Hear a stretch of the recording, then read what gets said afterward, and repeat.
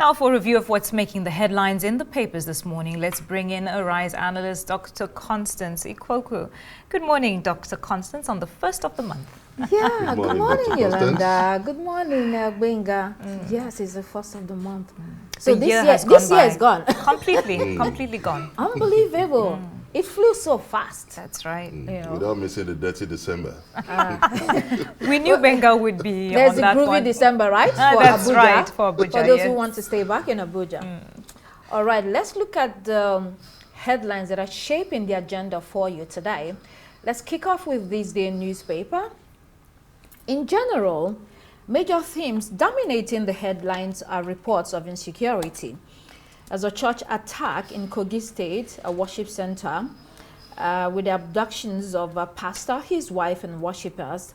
Related coverage highlights widespread insecurity across multiple states, Kogi, Kano, Sokoto, Kwara, reflecting renewed fears over banditry and kidnapping.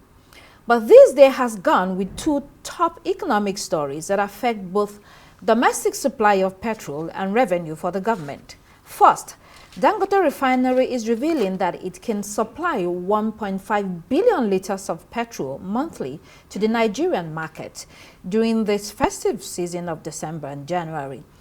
And Federal Account Allocation Committee has seen 2.36 trillion naira injected into the Federation account in 9 months. New Telegraph writes about the abduction of that pastor, his wife, and others in Kogi, and another in Sokoto. While IBB tweet on insecurity last week is said to not be true or not from him, but a parody account, so it's being clarified according to an investigation. Plus a report on state-owned airlines that seem to have ushered in a new era for Nigerian aviation. Every state now wants to have an airline, across the states.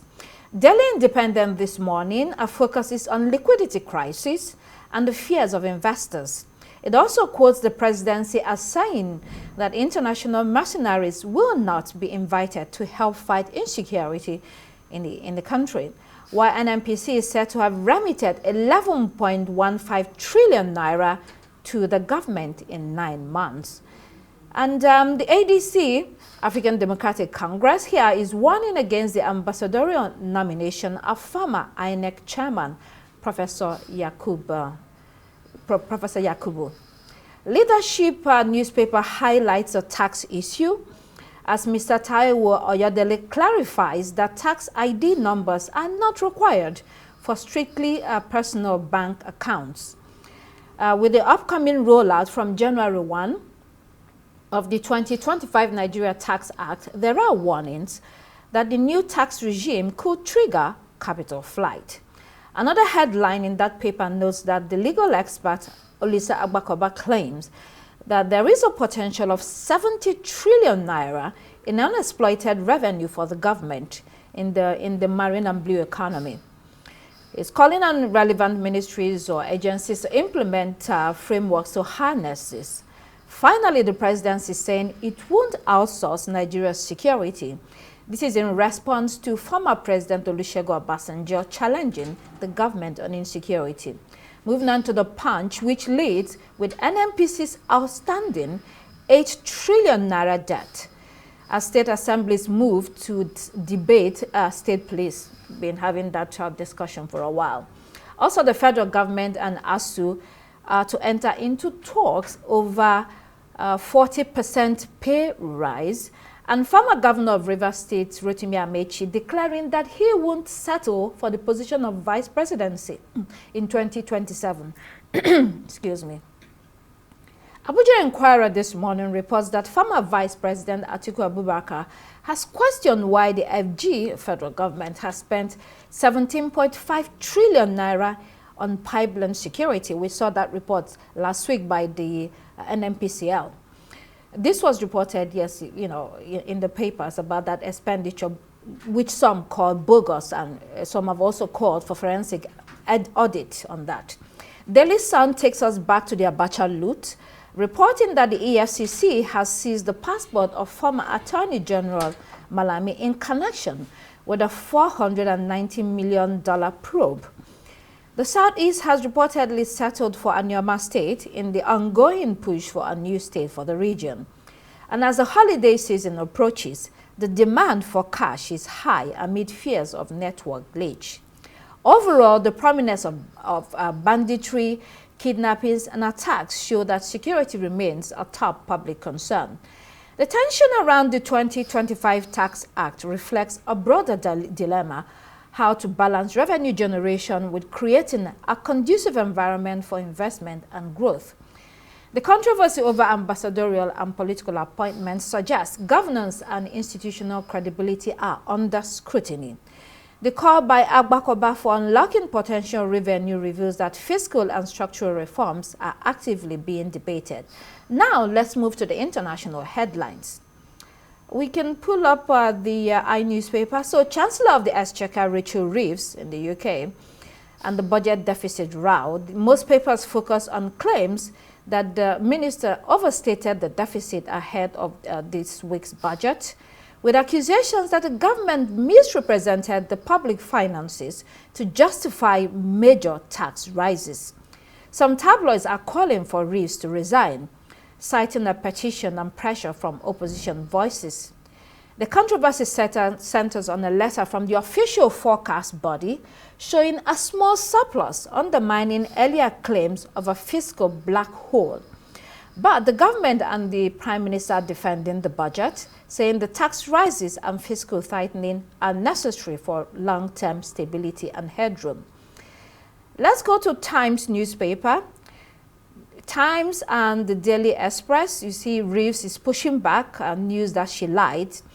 And the Daily Express says she should have been gone by now if she had any decency at all. While the Daily Telegraph and Daily Mail insist Reeves must face ethics probe. Metro.co.uk captures the face-off between Reeves and Kemi Badenoch, while the Independent casts Reeves as defiant. The Guardian turns attention to the trail of devastation in South Asia following floods that has killed at least 900 people. And the Financial Times writes about NATO chiefs thinking about a more aggressive approach to the Russia war. There's a photo of Trump envoy Steve Witkoff, U.S. Secretary of State Marco Rubio, and Jared Kushner in a meeting with Ukrainian officials yesterday. The intensity of coverage around the budget in the UK suggests this fiscal row has become a defining political moment for the government. Globally, Airbus has issued a sweeping recall affecting 6,000 of its A320 family aircraft worldwide after a flight control software vulnerability was linked to a mid-air incident. And so the aviation disruption may affect or may have knock-on effects due to this. Let's now return to this day to see what these headlines mean for the everyday person. So Dangote promising 1.5 billion litres of petrol for December and January. He has written to the Nigerian Midstream and Downstream Petroleum Regulatory Agency to inform them of his plan or capacity. Let's merge it with the second story. Reconciliation of revenues has sent a boost to the tune of 2.36 trillion naira to the government. Benga.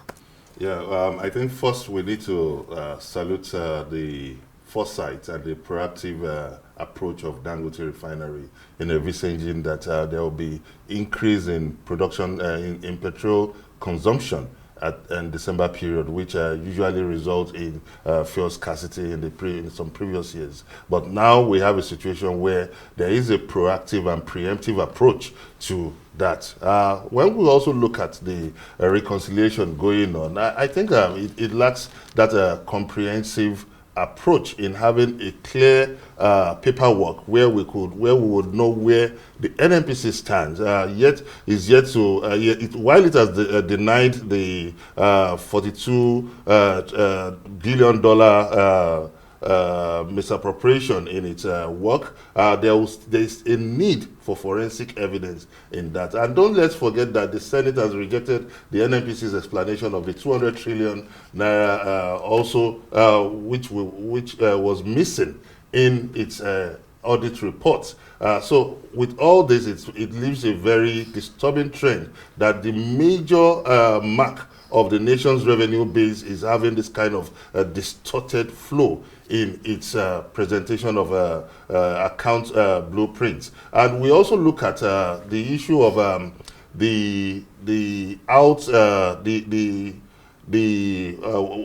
will I call it? The backlog now, 8 trillion backlog, which it's battling with. That I think is an exchange program between countries that are funding some of the projects in the country in exchange for the nation's crude and gas. I think a major reference point is the Eagle project, in which I think $935 million had been invested in it, and we've been able to pay back within the cycle of 12 months. Another $635 million too we've been able to pay that back in 3 months. But I think another area we need to touchlight the forensic investigation on is the Exploration Frontier Fund, in which 30% of the, according to the Petroleum Industry Act, is earmarked to look into areas of potential oil wells.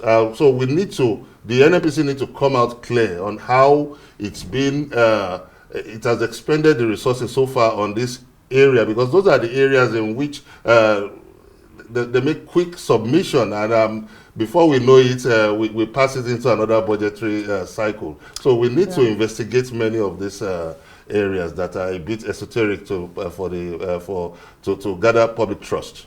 Well, for Dangote doing what Dangote knows how to do, which is business, it just speaks to the potential capacity of local industries and what they can do if they have the opportunity to do so. Not only Dangote, so this is talking about other businesses in Nigeria too, and not only in the oil sector. So we're seeing that he's stepping up to the plate, saying that he can do this during this very important period of Christmas.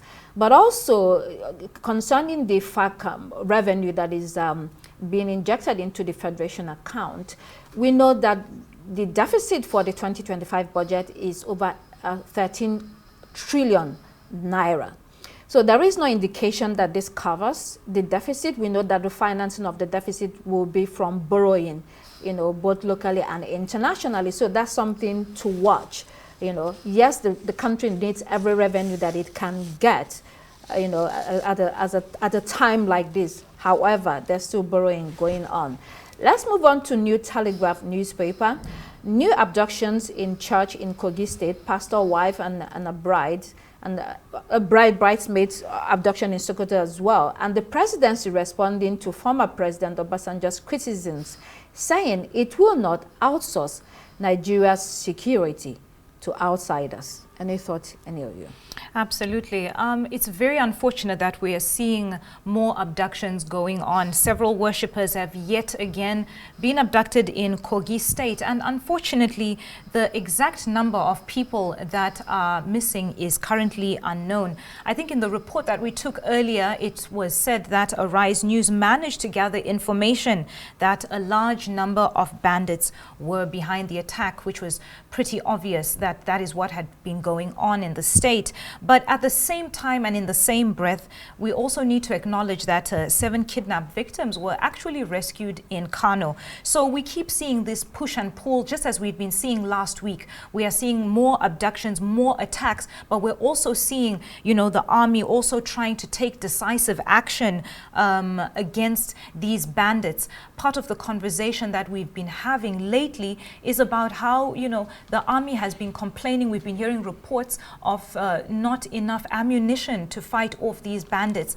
And tying that in with what you had said, Dr. Constance, I don't know if we should go ahead to speak about that, the part where it was mentioned that they did not have enough ammunition to actually be able to fight off these bandits. I don't know if you wanted to tie those two together. I mean, that's not news anymore.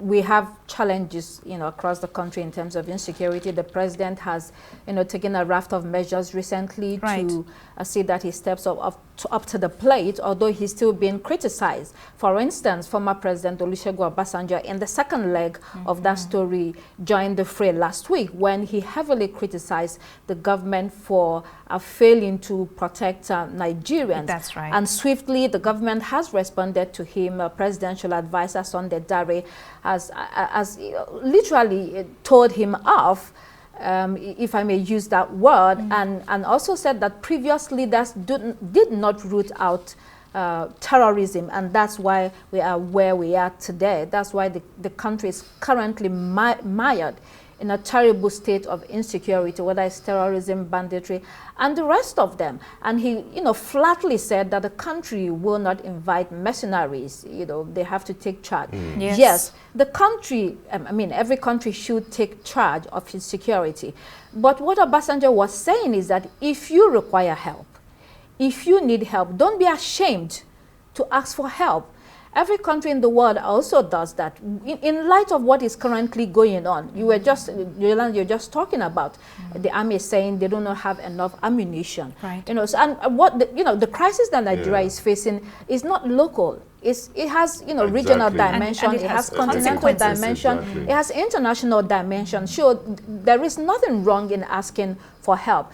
The issue of mercenaries, we remember that during former President Goodluck Jonathan, when the Boko Haram crisis was at its peak, there was that talk about inviting mercenaries or employing mercenaries. That didn't go down well. Eventually did not happen. Different countries use mercenaries at different times. It is a temporary measure. It is not permanent. It depends on how what you need. There has to be an analysis of the situation and what is required, and then they can go ahead and do that. But if I may chip in, let me just quickly finish. Sunday Dare was talking about what has happened in the past. There is enough blame game to go around when you talk about the history of Nigeria. The most important thing is that now you are at the table. The buck stops at your table, so you have to do whatever you can to change the narrative, to change the situation, and that is what the government is faced with today. Okay, if I may chip in, I think it's important we understand the underlying source in which credible intelligence had offered so far in the evolving security threats that the nation currently faces. No doubt the nation faces an existential threat. And now many intelligence experts have tied this to the president's policy in the withdrawal of fuel subsidy and the stopping of the speculative activities within the Bureau de Change market.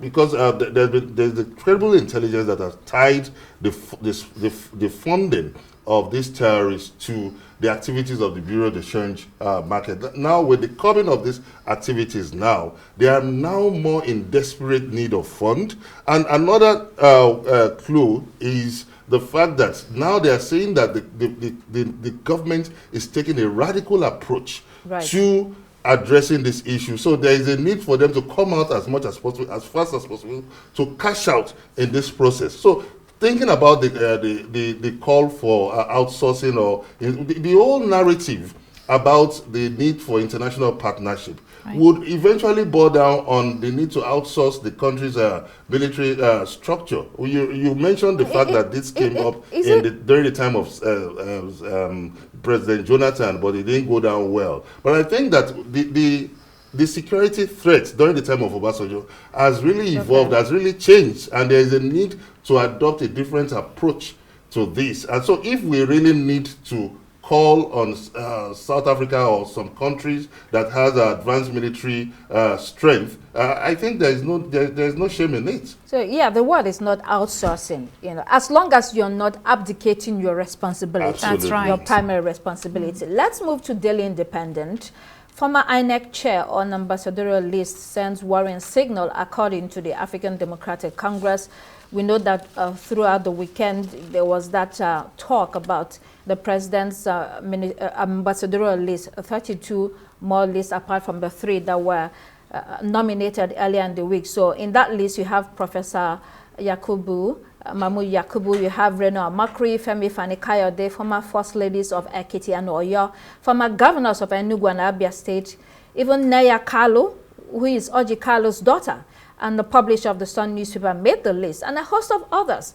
This list triggered a heated discourse about the values of the president and the APC, given the profile of some, not all, of some of the nominees. I mean, first of all, the controversy that trailed this nomination is or can be understood within the context of the fact that an embassy or an ambassador, a foreign mission, is a representative of the country. Right. And the president. So such an individual should be someone with leadership skills, integrity, authenticity. An ambassador should be perceived as someone that is genuine, trustworthy, and loyal. So the most controversial names for a lot of people is Professor Yakubu, Reno Omokri, and Femi Fani-Kayode. And we know the reasons why. Omokri duly, Yakubu, because of the 2023 presidential election, which a lot of people thought was stolen by the APC, although they went to court, the court ruled that the president won the election fair and square. But, you know, majority of people still believe that Yakubu helped the president and the APC to steal that election.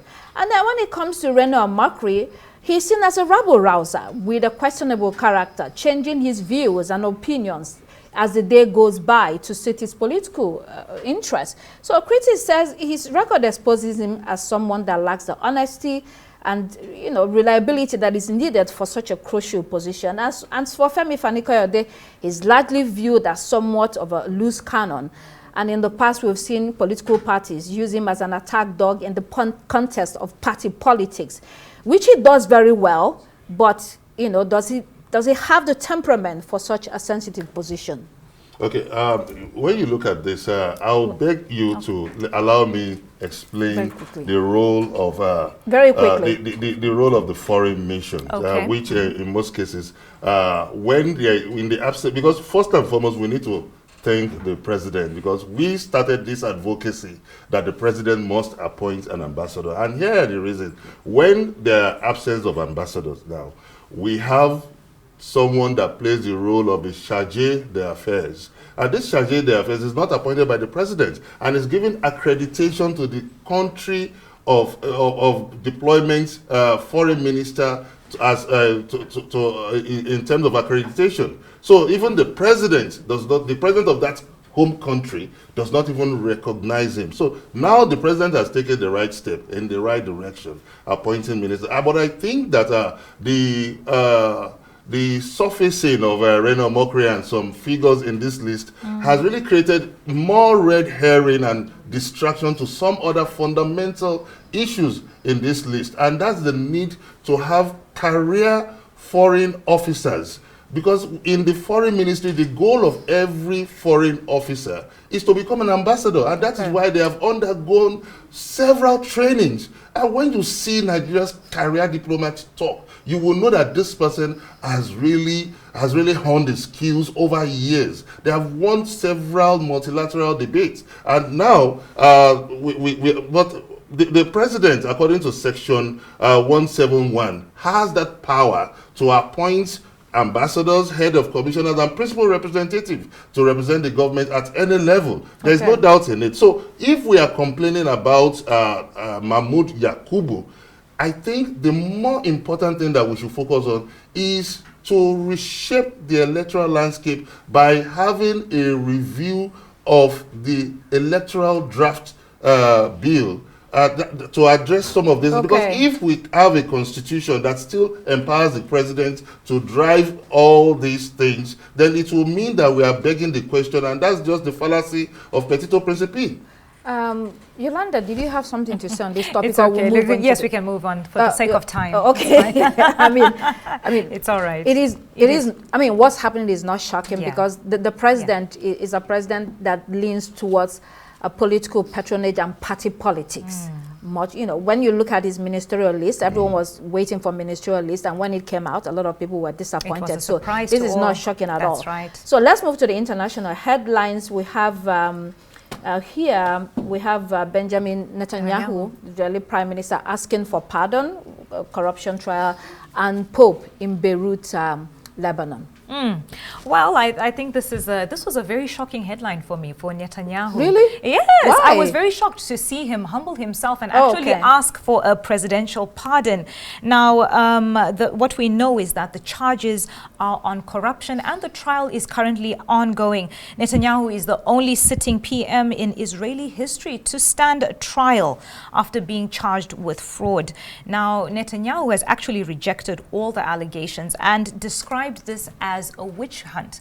And to no surprise, Trump has stood up to defend Netanyahu from and day say, one. yes, to say that, you know, that this has no basis. Now, as I said before, the trial is currently ongoing, but now where the problem is that many are saying that a pardon before conviction could actually threaten the rule of law. So that leaves a very gray area, and we wait and see if this presidential pardon will be granted or not. Moving over to the Pope in Lebanon, I believe he is there for 3 days. The Pope has encouraged many people to actually stay put in the country despite the level of violence that is ongoing. As we all know, so many are trying to flee the country and save their lives, move to countries that are safer. But will this Pope's reassurance, will it be enough to make people stay on the ground and stay put? Or is this just another, you know, another conversation that just seems like a wish? We can't wish away wars, we can't wish away conflict and violence. And is this really in the greater good of the people of Lebanon? I mean, for Netanyahu and Israel, it will raise questions about, you know, the Israeli judiciary and by extension the democracy. Yes. Because they're always proudly saying that they are the only democracy or genuine democracy in the Middle East. And so this is a test for their democracy and for their judiciary. What will happen? People will be watching the President Isaac Herzog to see what he does. And for the Pope in Lebanon, earlier he was in Turkey. You know, these are two countries heavily Muslim, but have substantial populations of ancient Christians. Christians have been there for a very long time. And he's moving around bringing the message of hope in a conflict-torn, totally conflict-torn region. And so the Catholics, there are Catholics, substantial majority of Catholics in Lebanon. They are looking forward to, he's already there, looking forward and very delighted that the Pope is there to sort of give them hope, you know, in the midst of all that is going on. A messenger of peace. A messenger of peace. Well, that's all we can take on the paper review today.